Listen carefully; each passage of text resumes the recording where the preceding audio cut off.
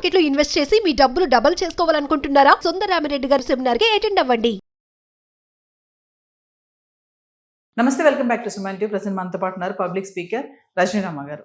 నమస్తే మేడం. నమస్తే నవీన. మేడం, పిజ్జాది కూడా తేజస్విని సాఫ్ట్వేర్ అమ్మాయి సూసైడ్ చేసుకున్న విషయం, అందులో ఒక చిన్న లెటర్ బయటకు వచ్చింది. లెటర్ అంటే ఒక రాయి మీద అమ్మాయి రాసింది అని చెప్పేసి కొన్ని వార్తలు చూస్తున్నాం.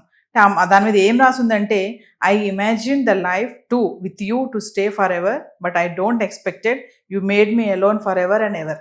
అంటే నేను ఎక్స్పెక్ట్ చేయలేదు, నీతో నేను జీవితకాలం ఉండాలనుకున్నాను, గడపాలనుకున్నాను, కానీ నేను ఎక్స్పెక్ట్ చేయలేదు, నన్ను వదిలేసావు ఎలోన్గా అని చెప్పి దొరికింది. ఆమె రాసిందని అంటున్నారు, మీరు కూడా అది చూశారు, మీకు పంపించాను లింక్ నేను. అంటే ఒక్కసారి ఏం చెప్తారు? అది రాసేసి ఆ అమ్మాయి గ్రిల్స్ నుంచి దూకేసి చనిపోయింది అన్న వార్తలు వస్తున్నాయి బయటికి. సాక్ష్యం లేని విషయాల్ని మనం నమ్మలేమున్నామేనా?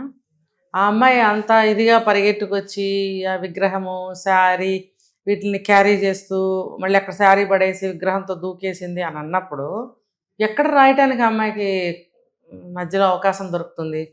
అక్కడ దేంతో రాసి ఉంటుంది? నీట్గా ఒక పేపర్ మీద పెన్నుతో రాసినట్టుగా ఉంది. అది చక్కగా ఉంది. ఆ స్క్రిప్ట్ కూడా ఇటాలిక్స్లో రాసింది, కర్సివ్లో రాసింది. తను రాసినప్పుడు అంత తీరుబడిగా అంత నీట్గా ఆ టెన్షన్లో రాసి ఉంటుంది. ఆమె దేంతో రాసి ఉంటుంది?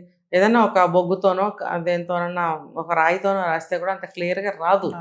చక్కగా వర్డ్కి డిస్టెన్స్, లైన్ పారాగ్రాఫ్, లెటర్ కూడా క్లియర్గా అంత ఇదిగా ఉంటే అంత ప్రశాంతంగా అమ్మాయి రాసి ఉంటుందా?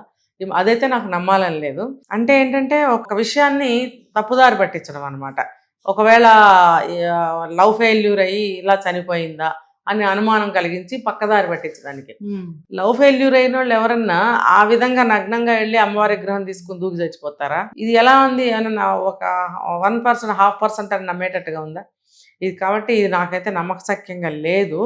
ఆ అమ్మాయికి సంథింగ్ ఏదో జరిగింది. ఇప్పుడు ఎక్కువగా మనకి వాదనలు ఎలా వినిపిస్తున్నాయంటే, క్షుద్ర పూజలు ఒకటి చేసి ఉంటారు. అంటే నగ్నంగా అమ్మాయి బయటకు వచ్చింది అనగానే క్షుద్ర పూజలేనా? ఇంకా అందులోనూ గుడికి వెళ్ళింది, అమ్మవారి విగ్రహం తీసుకుంది, చీర పట్టుకుంది అనేటప్పటికీ ఇదంతా డైవర్ట్ చేస్తున్నారు బాగా.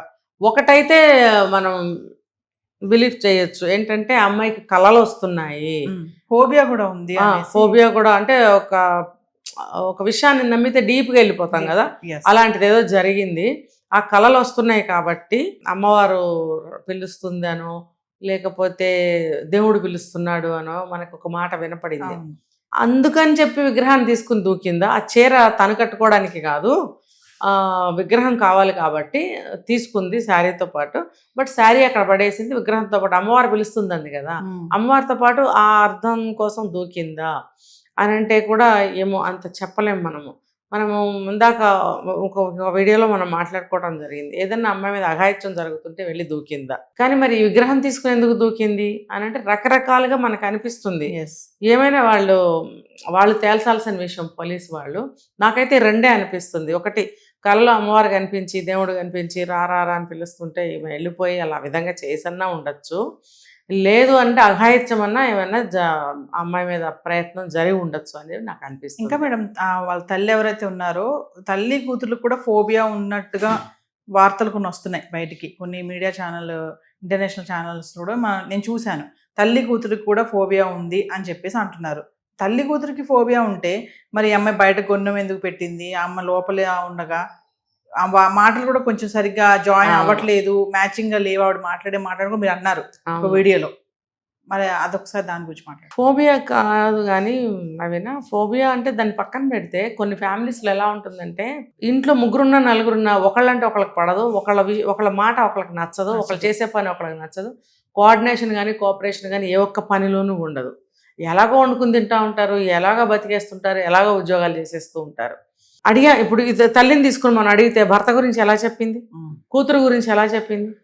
బహుశా ఆ తేజస్విని పలకరిస్తే కూడా అలాగే మాట్లాడుతూ ఉండొచ్చు బహుశా, అంత తలబిరుస్తనంగానే మాట్లాడచ్చు బహుశా.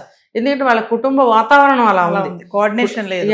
ఇప్పుడు భర్తను తీసుకోండి, ఎక్కడున్నాడు ఆయన? ఇంత జరుగుతుంటే భార్య ఒక్కటే ఉంది, ఇక్కడ ఇరుక్కుపోయింది, ఇక్కడ పరిస్థితి ఏంటి? ఎక్కడున్నాడు? వచ్చారు ఆయన అని చెప్తున్నారు, వస్తే మరి ఎక్కడ కనపడలేదే, భార్యకి సపోర్ట్గా నిలబడలేదే అంటే ఇప్పుడు ఇక్కడ నేను చెప్పింది కనెక్ట్ అవుతుంది. ఎవరికి ఇంట్లో ఏ ఒక్కరికి కూడా కోఆర్డినేషన్ లేదు, పడదు.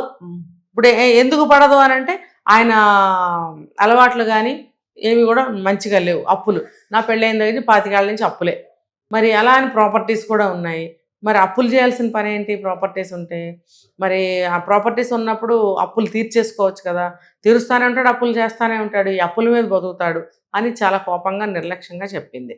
మరి అదే అభిప్రాయం కూతురుకు కూడా ఉంటుంది కదా కదా, ఒకటే పాప ఏమో మరి వాళ్ళకి.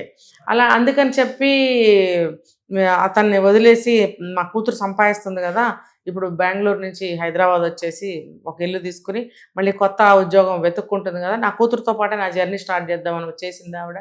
ఇలా ఉన్నప్పుడు ఈ సంఘటన జరగడం ఏంటి అంటే దీనికి దానికి అసలు సంబంధం పొంతం లేకుండా నేను అనుకున్నది. అందుకరించే ఒకటే నేను ఎక్స్పెక్ట్ చేస్తున్నాను, ఆ అమ్మాయి మీద ఏదైనా అగాత్యం జరగబోయింది అంటే కేసుని డైవర్ట్ చేస్తున్నా అనుకోవచ్చు. అదే అనిపిస్తుంది. పక్కన ఇప్పుడు ఈ రాయి మీద రాసింది కానీ ఇవన్నీ కూడా, ఈ రాయి మీద కూడా ఎవరో ఫ్రెష్గా రాసినట్టుగా కనపడుతోంది నీట్గా. మరి ఏమో చెప్పలేకపోతున్నాం. ఏంటంటే ఇదిగో పులి అంటే అదిగో తోక అన్నట్టుగా తయారైంది ఇది.